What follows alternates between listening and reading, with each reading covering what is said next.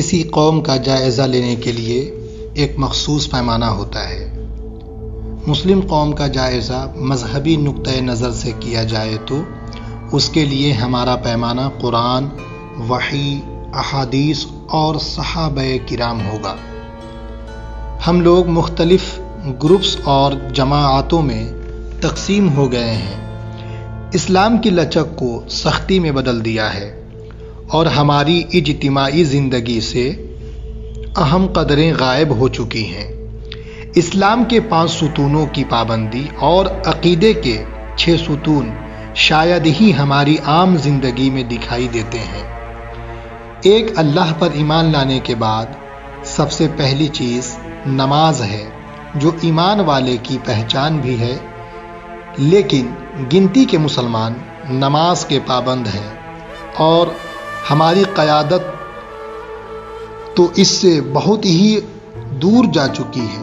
خاندانی سطح سے لے کر محلہ کی سطح تک اور پھر سماجی سطح پر اتحاد اب ایک ناقابل تصویر چیز بن کر رہ گئی ہے۔ مسلمان دنیاوی تعلیم میں دوسری قوموں سے بہت پیچھے ہیں۔ ہم مسلمان 1 لاکھ سے زیادہ مدارس چلاتے ہیں۔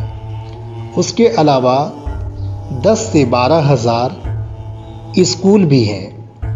الپ سنکھیک اسکولوں میں سب سے پیچھے مسلمانوں کے اسکول ہیں۔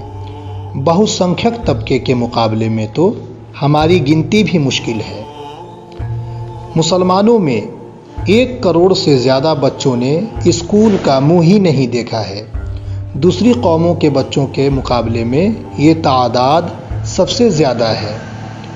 2001 کے سروے کے مطابق مسلم آبادی کا صرف 4% 20 سال یا اس سے زیادہ عمر کے نوجوان گریجویٹس یا ڈپلومہ ہولڈر ہیں۔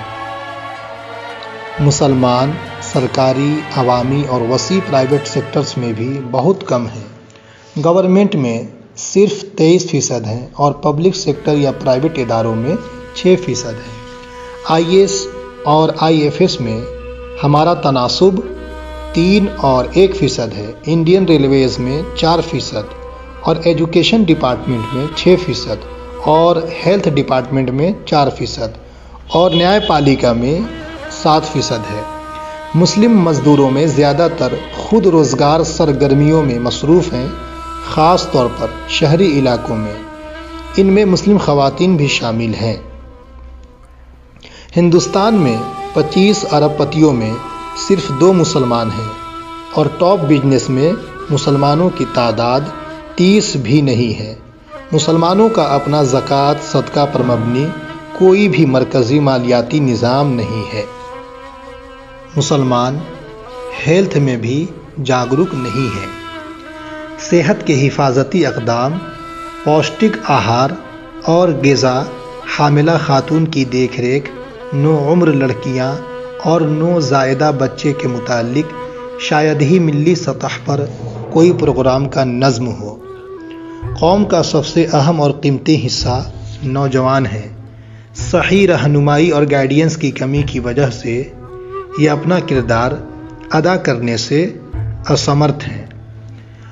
ان کی روزمرہ کی زندگی ایک ایسے قوم کی عکاسی کرتی ہے جو بے سمتی کا شکار ہے۔ اسپتال یا ملی صحت عامہ کے مراکز کے قیام میں مسلمانوں کو کوئی دلچسپی نہیں ہے۔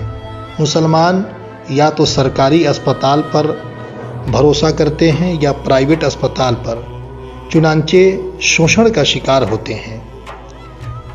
ہیلتھ کیئر کسی بھی قوم کی ریڑھ کی ہڈی کی حیثیت رکھتی ہے، لیکن شاید ہی مسلمان ہیلتھ کو اپنے کسی ترقی کے ایجنڈے میں شامل کرتے ہوں، جبکہ اسلام نے صحت کے تعلق سے بہت زور دیا ہے اور ہم لوگ غافل ہیں۔ تھنک ٹینک یہ کسی بھی قوم کے لیے لائف لائن ہے۔ دانشور، مفکر، علماء اور سماجی کارکن ملت کے صحیح نباز ہیں۔ مرض کی تشخیص کے بعد اس کا علاج بھی یہی طبقہ تجویز کرتا ہے۔ اگر ہم قوم کا سروے کریں تو ہم شاید ہی اس طرح کے افراد کی کوئی تنظیم